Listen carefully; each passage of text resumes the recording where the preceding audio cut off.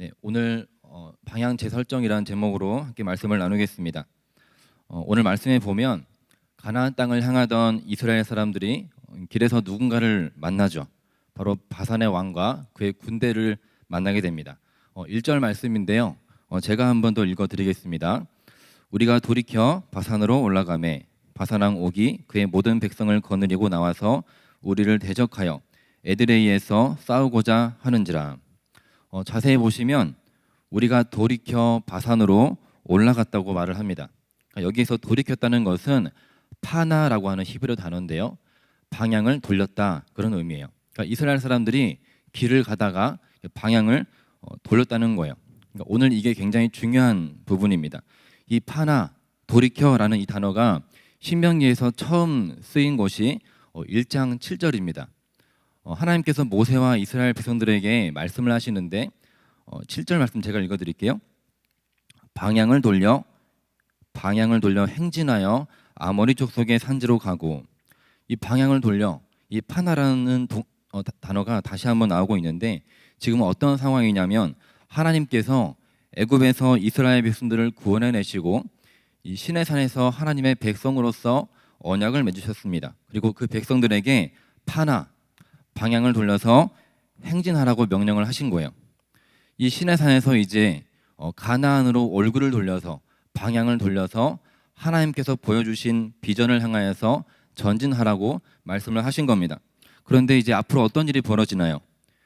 그 이스라엘 백성들이 아모리 족속의 산지에 도착했을 때 이제 문제가 생기죠. 신명기 1장 24절에 보면 제가 읽어드립니다. 그들이 돌이켜 산지에 올라 에스골 골짜기에 이르러 그곳을 정탐하고. 자세히 보시면 그들이 돌이켰다, 그들이 또 파나했다고 말씀을 하고 있습니다. 이스라엘 사람들이 가데스 바네아에 도착했을 때 하나님께서 말씀을 하셨어요. 주저하지 말고 올라가서 싸우라고 말씀을 하셨습니다. 두려워하지 말고 올라가라 하셨는데 그들이 그 말씀을 듣지 않고 방향을 틀어요. 방향을 틀어서 정탐을 하러 갑니다. 자, 그 결과가 어떠했나요? 그들은 그때부터 두려워하기 시작합니다. 1장 26절에 보면 더 이상 이스라엘 사람들은 올라가기를 원하지 않아요. 그리고 하나님의 말씀을 거역하게 됩니다. 하나님을 원망하고 하나님께서 우리를 미워하셔서 이 아모리 족속에게 죽임을 당하게 하시려고 우리를 부르셨구나, 이런 하나님을 오해하게 되고 하나님을 불신하기 시작하죠. 그리고 끝내 이제 불순종하게 되는 겁니다. 하나님께서 이스라엘 사람들에게 파나해라, 방향을 돌려라 하셨지만 중간에 다른 길로 가서 정탐을 하고 또 다녀와서는 이제 못 가겠다고 원망과 불평과 결국 포기를 하게 되는 것이죠. 그래서 하나님은 이렇게 말씀을 하십니다. 신명기 1장 40절에 보시면 제가 읽어드립니다. 너희는 방향을 돌려 홍해길을 따라 광야로 들어갈지니라 하시매. 또 한 번 말씀을 하십니다. 파나해라, 방향을 돌려서 광야로 들어가라. 왜 광야로 가라 하시는 걸까요? 이 출애굽 1세대 가운데서는 이제 여호수아와 갈렙을 제외한 그 누구도 광야에 들어가지 못하게 된 겁니다. 그랬더니 이번에는 이스라엘이 아니라고, 싸우러 가겠다고 각자 무기를 가지고 이제 경솔하게 이제 올라가는 거예요. 하나님께서 가지 말라 하셨는데 또 불순종하고 어김없이 올라갑니다.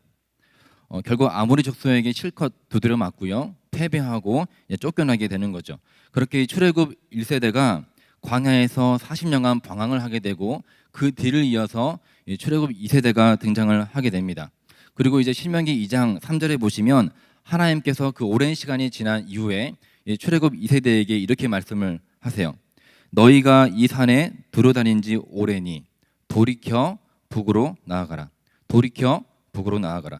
하나님께서 이스라엘에게 두 번째 기회를 주시는데요, 그때 다시 이 파나라는 말씀을 하고 계세요. 방향을 돌이켜라. 너희는 돌이켜 북으로 나아가라. 자, 1세대는 다 죽고 이제 어디로 가야 할지 몰라서 광야에서 방황하고 있는 2세대에게 드디어 하나님의 인도하심이 다시 찾아온 것입니다. 그래서 하나님께서 방향을 설정하고 가나안까지 가는 그 여정을 다시 시작하게 하신 거예요. 자, 이런 상황을 이해하시고 오늘 본문 1절을 다시 보시면 우리가 돌이켜 바산으로 올라갔다는 거예요.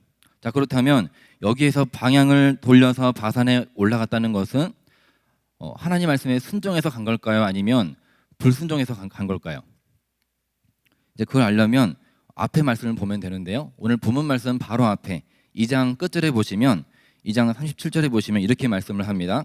우리 하나님 여호와께서 우리가 가기를 금하신 모든 것은 내가 가까이 하지 못하였느니라. 그러니까 이 큰 광야를 떠돌던 출애굽 2세대가 가나안 땅으로 갈 때 자기들 마음대로 아무 길로나 간 게 아니었어요. 하나님께서 지시하신 방향을 따라서 그 방향으로만 걸어갔던 거죠. 그러니까 하나님께서 말씀하신 대로 파나 방향을 돌렸던 겁니다. 그러니까 하나님께서 금지하신 곳은 절대로 가지 않고 피해서 이동을 했어요. 자, 출애굽 2세대가 가나안 땅을 갈 때 지나가는 지역과 다 싸우고 다 정복하고 지나간 게 아닙니다. 하나님께서 에돔, 모압, 암몬 지역을 갈 때는 그 땅을 취하지 말라고 분명히 명령을 하셨어요. 그래서 이스라엘 사람들이 그 말씀에 순종하여서 그 지역을 지나갈 때는 피해서 지나갑니다. 하나님께서는 왜 이스라엘 사람들에게 에돔과 모압과 암몬 지역을 피해서 파나 방향을 돌이키라고 했을까요? 이 에돔은 에서의 후손이고요. 이 모압과 암몬은 롯의 후손입니다. 그러니까 하나님께서 그들에게 그 땅을 기업으로 주셨기 때문에 이스라엘이 굳이 그들과 싸울 이유가 없는 거예요. 그러니까 필요 없는 전쟁이기 때문에 하나님께서는 그 전쟁을 피하게 하신 것이죠. 그러니까 하나님께서는 이스라엘 사람들이 굳이 하지 않아도 되는 전쟁을 피하게 하신 겁니다. 그래서 방향을 돌이켜서 바산으로 올라가게 하신 거예요. 그런데 오늘 본문에 보시면 문제가 뭔가요? 순종하여서 지금 방향을 돌려서 바산으로 올라갔는데 바산의 왕이 백성들을 데리고 나와서 환영을 해준 게 아니라 지금 이스라엘을 대적하고 싸우려고 지금 올라온 겁니다. 지금 길에서 친구를 만난 게 아니죠. 대적자를 만났어요. 지금 바산 사람들 손에 꽃다발과 케이크 들려있는 게 아니라 시퍼런 칼을 들고 지금 무기를 들고 싸우기로 작정을 하고 전쟁의 만반의 준비를 마치고 지금 길목에 딱 버티고 있는 겁니다. 자, 이스라엘 사람들이 하나님의 말씀에 순종하여서 방향을 돌렸더니 전쟁이 없었던 게 아니라 또 다른 전쟁이 기다리고 있었어요. 자, 이 상황을 우리는 어떻게 이해를 해야 될까요? 만약에 이스라엘 백성들이 하나님 말씀에 불순종하고 방향을 돌리지 않고 그냥 갔으면 분명히 에돔과 모압과 암몬과 전쟁을 했을 거예요. 그런데 하지만 그렇게 하지 않고 말씀에 순종해서 방향을 돌렸잖아요. 그런데 그곳에서 또 새로운 전쟁을 만나게 되는 겁니다. 순종해도 별거 없네, 순종했더니 뭐 달라진 게 하나도 없네 생각할 수 있겠지만 여러분, 이 두 전쟁의 성격이 완전히 달라요. 하나는 굳이 할 필요가 없는 전쟁이고 다른 하나는 꼭 해야만 하는 전쟁인 것입니다. 이게 무슨 말이냐면 우리가 가는 길에는 늘 전쟁이 있어요. 영적 전쟁이 있습니다. 그런데 두 가지 종류의 전쟁이 있어요. 불순종하여서 길을 잘못 들어서 벌어지는 전쟁이 있어요. 그런 전쟁은 굳이 할 필요가 없는 거죠. 그러나 반대로 순종했을 때도 전쟁을 만나기도 합니다. 하지만 그런 전쟁은 반드시 해야만 하는 전쟁인 거예요. 우리가 젊어서 고생은 사서도 한다고 말을 합니다. 하지만 굳이 모든 고생을 그렇게 체험할 필요는 없는 거잖아요. 안 그래도 할 게 얼마나 많은데 우리가 하나님 말씀대로 살면 수없이 많은 영적 전쟁을 치러야 됩니다. 싸워야 됩니다. 그런데 굳이 불순종해서 벌어지는 이런 전쟁까지 추가해서 할 필요는 없는 거예요. 여러분 앞에는 두 가지의 선택이 있습니다. 바로 불순종과 순종의 이 두 가지 선택이 있어요. 근데 이 선택에 따라서 완전히 서로 다른 전쟁을 경험하게 되는 거예요. 여러분이 지금 삶 속에 영적인 전쟁이 있다면 그 전쟁이 하나님의 말씀대로 순종해서 만나게 된 전쟁인가 아니면 불순종하여서 벌어진 전쟁인가 분별해 보시기를 바랍니다. 그것이 필요한 전쟁인지 아니면 굳이 하지 않아도 되는 전쟁인지 분별해야겠죠. 만약 여러분이 하나님 말씀대로 순종했는데 여러분의 삶에 여전히 영적 전쟁이 있다면 낙심하지 마시기 바랍니다. 그것은 꼭 필요한 전쟁이에요. 우리가 피해서는 안 되는 전쟁인 거예요. 근데 반대로 여러분이 하나님의 말씀대로 살지 않고 불순종하여서 지금 불필요한 전쟁을 치르고 계시다면 지금 바로 당장 파나하셔야 돼요. 방향을 돌려서 순종의 길로 들어서셔야 되는 것입니다. 그러니까 전쟁을 다 할 필요는 없는 것이죠. 피해야 되는 전쟁이 있는 것입니다. 하지만 오늘 이스라엘이 만난 이 전쟁은 피해서는 안 되는 반드시 해야만 하는 그런 전쟁이었습니다. 이 가나안이라는 하나님의 그 약속하신 복을 누리기 위해서 반드시 믿음으로 뛰어넘고 돌파해야 되는 그런 문제였어요. 자, 그렇다면 이 이스라엘은 어떻게 이 전쟁을 돌파할 수 있을까요? 이스라엘 사람들이 어떻게 해야 이 바산 왕의 군대와 싸워서 승리하고 다음 스테이지로 가나안으로 갈 수 있을까요? 이 이스라엘이 싸워야 되는 이 바산 왕은 만만한 상대가 아니었습니다.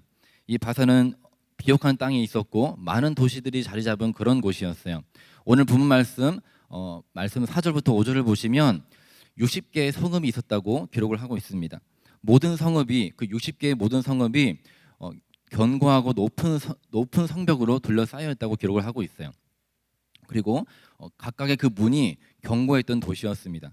이런 나라인데 이런 나라를 다스리는 왕도 평범한 사람이 아니었어요. 오늘 말씀 11절을 보시면 이렇게 기록을 하고 있습니다. 르바임 족속의 남은 자는 바산 왕 옥분이었으며 그의 침상은 철 침상이라. 아직도 암몬 족속의 라빠에 있지 아니하냐. 그것을 사람의 보통 규빗으로 재면 그 길이가 9규빗이요 너비가 4규빗이니라. 그러니까 한 규빗이 이 팔꿈치에서 가운데 손가락 끝까지 되는데 약 45cm입니다. 그러니까 이 바산왕 옥이 쓰던 이 철 침대의 크기가 가로가 1.8m, 세로가 4.1m 정도 되는 거죠. 그러니까 일반 사람에 비해서 키도 크고 덩치가 컸던 왕이었어요. 그러니까 이렇게 일반 사람보다 덩치 큰 사람들이 길목에 지금 이스라엘과 싸우기 위해서 버티고 있는 겁니다. 여러분 한번 상상을 한번 해보세요. 여러분이 길을 가고 있는데 누군가 작정하고 나한테 달려드는 장면을 한번 상상해 보시기 바랍니다. 준비하지 않으면 당하는 거죠. 주변을 살피고 무기를 들고 방어를 하지 않으면 그냥 당하는 거예요. 여러분이 인생의 여정 가운데 길목마다 대적자가 나를 기다리고 있다면, 나보다 더 큰 문제들이 나를 기다리고 있다면 어떻게 해야 될까요? 영적 전쟁이 나를 기다리고 있고 사단은 우리를 대적하기 위해서 그 모든 준비를 마치고 그 길목에 서 있다면 우리는 어떻게 해야 되겠습니까? 우리가 정신을 차리지 않으면 그냥 아주 탈탈 털리는 거죠. 우리가 안 털리고 가는 방법은 한 가지예요. 그 대적자보다 더 크신 분과 함께 가면 됩니다. 제가 초등학교 때 교회를 가다가 한번 털릴 뻔한 적이 한 번 있어요. 교회를 가는데 교회 입구에 어떤 형이 너무 인자한 미소를 가지고 앞에 서 있는 거예요. 이제 교회를 들어가려 하는데 친한 척하면서 제 어깨에 손을 올리는 겁니다. 그래서 어딜 가자고 하는 거예요. 나중에 그 형의 이름을 알게 됐는데 성이 양이고 이름이 아치였어요. 그런데 이제 모르는 사람이 그렇게 하면 가면 안 되는데 제가 좀 이제 생각이 없어서 따라갔습니다. 이제 골목으로 갔더니 주머니에 있는 돈을 다 내놓으라 하는 거예요. 그러니까 이제 그 당시에 교회 가는 친구들이 헌금을 가지고 가는 걸 알고 상습적으로 교회 앞에서 삥을 뜯으시던 분이었어요. 자, 그런데 그때 제 주머니에 5,000원이 있었습니다. 어떻게 있을까요? 순순히 돈을 내주기 위해서 주머니에 손을 넣었다가 빼는 척하면서 냅다 튀기 시작했어요. 막 달려서 도망가기 시작하는데 한참을 달려가는데 뒤를 돌아봤더니 그분이 따라오고 있는 거예요. 근데 그 간격이 점점 좁혀지는 겁니다. 너무 무서워서 달려가고 있는데 버스 정류장에 어떤 아저씨가 한 분 계셨어요. 그분한테 가서 도와달라고 사정을 했더니 그분이 저를 이제 뒤로 딱 보내시고는 그분을 딱 쳐다보는 거예요. 뭐 소리를 지른 것도 아니고 그냥 그분이 지그시 쳐다보시는데 그 달려오던 그분이 전속력으로 도망가는 거예요. 그러니까 그분이 제가 두려워서 도망가는 게 아니라 제 옆에 있었던 그 아저씨 때문에 도망갔던 거죠. 그러니까 하나님과 함께하는 거, 하나님과 함께 동행하는 것이 정말 중요한 겁니다. 그러니까 하나님과 함께하는 게 정말 중요한데 하나님과 함께 가는 게 뭘 말하는 건가요? 그분의 말씀과 함께 가는 것이 곧 하나님과 함께 가는 거예요. 그래서 여러분 털리기 싫으면 말씀을 가까이 하시고 말씀을 붙들어야 되는 것이죠. 오늘 본문에서도 하나님께서 전쟁을 앞둔 이스라엘을 찾아오셔서 준비시키시는데요. 어떻게 하시는지 자세히 보시기 바랍니다. 오늘 본문 2절을 함께 보시면 여호와께서 내게 이르시되 그를 두려워하지 말라. 내가 그와 그의 모든 백성과 그의 땅을 내 손에 넘겼으니 내가 헤스본에 거주하던 아모리 족속의 왕 시온에게 행한 것과 같이 그에게도 행할 것이니라 하시고, 하나님께서 이스라엘에게 무엇을 말씀하시나요? 두 가지를 하셨습니다. 첫 번째는 말씀을 주세요. 하나님은 자녀들이 두려워하면 반드시 말씀을 주십니다. 두려워하지 말아라, 두려워하지 말아라. 내가 그와 그의 모든 백성과 그의 땅을 내 손에 넘겼다. 두려워하지 말아라 말씀을 주십니다. 우리는 영적 전쟁을 할 때 두려울수록 뭐 해야 되냐면 귀를 열고 집중해서 하나님의 말씀을 들어야 되는 것이죠. 세상은 두려우면 술을 줍니다. 술 마시고 잊으라고 하죠. 또는 두려움을 해결하기 위해서 무엇인가에 집중하라 말하고 무엇인가에 중독되게 만듭니다. 뭐 잠시는 잊을 수 있겠지만 해결되지는 않겠죠. 하나님은 자녀가 두려워하면 반드시 자신의 말씀을 주세요. 그리고 우리가 그 말씀과 함께 가도록 하세요. 혼자 보내지 않으시고 말씀과 함께 가는 것입니다. 두려워하지 말아라. 이 모세의 뒤를 이어서 리더가 됐던 여호수아도 얼마나 두려웠겠습니까? 근데 그 여호수아에게 그날 밤 어김없이 찾아오셔서 두려워하지 말라고 말씀을 주시는 하나님을 우리가 보듯이 하나님께서는 두려워하는 자녀들에게 말씀을 주시고 그 말씀을 나의 생각으로 삼고 가도록 하세요. 그러니까 너무 두렵다. 나는 아모리 족속에게 가면 반드시 죽을 거야. 이런 생각으로 가는 게 아니라 두려워하지 말자. 하나님이 이기게 하신다. 이 생각으로 바꿔서 가게 하시는 거예요. 그게 이제 첫 번째 방법이고, 다음으로 두 번째는 경험을 떠올리게 하세요. 2절 다시 한번 보시면 내가 헤스본에 거주하던 아모리 족속의 왕 시온에게 행한 것과 같이 그에게도 행할 것이니라. 그러니까 어떤 경험인가요? 이스라엘이 하나님과 함께 승리했던 경험을 떠올리게 하십니다. 이 출애굽 2세대 백성들이 하나님을 체험했던 적이 있는데 그걸 다시 기억하게 하시는 거죠. 그러니까 하나님의 자녀가 두려워 떨고 있을 때 하나님은 과거에 그 하나님이 그 자녀와 함께 하셨던 경험을 꺼내서 기억하게 하십니다. 그게 자녀들에게는 두려움을 이길 수 있는, 영적 전쟁에서 승리할 수 있는 중요한 힘이 되는 거예요. 이 경험, 체험 참 중요하죠. 하나님을 모르는 사람들도 경험의 중요성을 알고 있죠. 그래서 망설이지 않고 무엇이든 용기를 내서 도전하고 되도록 많은 경험을 하려고 합니다. 신앙에 있어서도 경험, 체험이 너무 중요해요. 하나님은 저와 여러분이 어떤 경험을 하기 원하실까요? 믿음으로 주님과 함께 걸어가면서 내 앞에 문제들을 돌파하고 뛰어넘고 때로는 넘어지고 실패해도 다시 일어나는 기억들, 승리했던 경험을 하길 원하세요. 그런 경험들이 쌓이면 쌓일수록 하나님을 더 깊이 신뢰하게 되는 귀한 경험들이죠.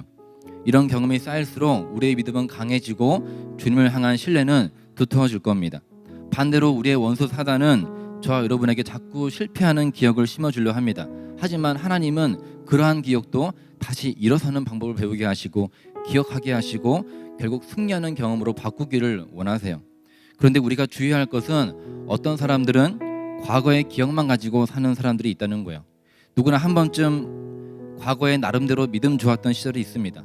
내가 왕년에 말이야 이랬어. 옛날에는 이런 믿음이 있었어. 분명한 것은 과거에 이겼다고 해서 또 이긴다는 보장은 없다는 거예요. 과거의 경험이 미래의 승리를 보장해 주지 않습니다. 그렇다면 무엇이 승리를 보장해 줍니까? 지금 내가 붙잡은 현재적 하나님의 말씀이 그것을 보장해 주는 거예요. 과거에 한 번쯤 은혜 받았고 믿음 좋았다고 하는 사람들 참 많이 있습니다. 그러나 과거의 믿음이 오늘의 나를 지켜주지 않는다는 거예요. 과거의 믿음도 중요하지만 그보다 오늘의 믿음과 내일의 믿음을 지키는 이 선한 싸움을 우리가 해야 되는 거예요. 그렇지 않으면 우리는 질 수밖에 없는 겁니다. 그래서 오늘 말씀에 보면 하나님께서 두 가지를 준비시키시는 겁니다. 하나님께서 이스라엘 백성들에게 가장 먼저 그 순간 필요한 하나님의 말씀을, 현재적인 말씀을 주시고 동시에 과거의 승리를, 그 경험을 다시 한번 떠올리게 하십니다. 여러분, 과거의 기억으로만 버티게 하신 게 아니라 현재 지금 필요한 말씀을 먼저 주고 계시다는 사실을 기억하시기 바랍니다. 먼저 두려워 말라라는 이 따끈따끈한 말씀을 주시고 그 말씀과 함께 과거에 체험했던 그 믿음의 기억을 불러일으키셔서 다시 하나님을 신뢰하게 하시고 자녀들이 순종할 수 있도록, 승리할 수 있도록 도우시는 하나님을 보게 되는 것입니다. 여러분은 삶 속에서 영적인 전쟁을 만나고 두려움이 찾아올 때 그 문제를 어떻게 해결하고 계신가요?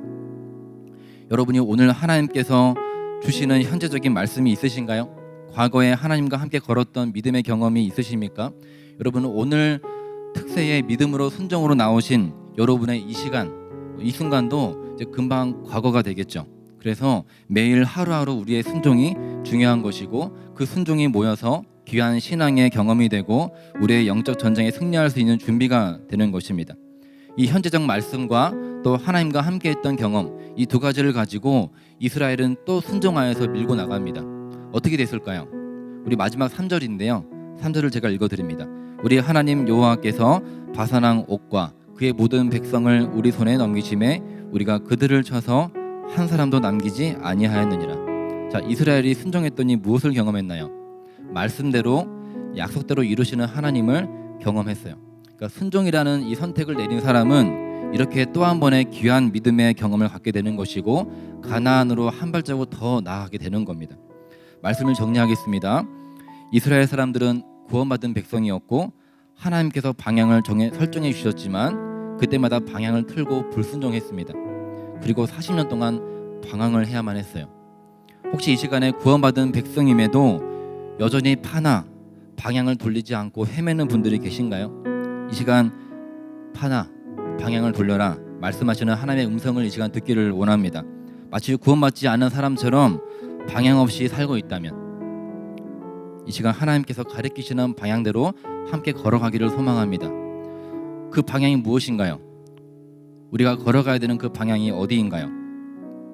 하나님은 이미 가르쳐 주셨죠. 예수 그리스도께서 앞서가신 그 길을 따라가라고 우리를 향해서 이미 파나 방향을 돌리라고 말씀을 해주셨어요. 여러분 스스로에게 한번 물어보시기 바랍니다. 내가 파나 했는가? 내가 방향을 돌렸는가? 아니면 여전히 큰 광야를 헤매고 있는가? 굳이 하지 않아도 되는 전쟁 가운데 불필요한 시간과 에너지를 낭비하고 있지는 않은가? 시간 돌아봤으면 좋겠습니다.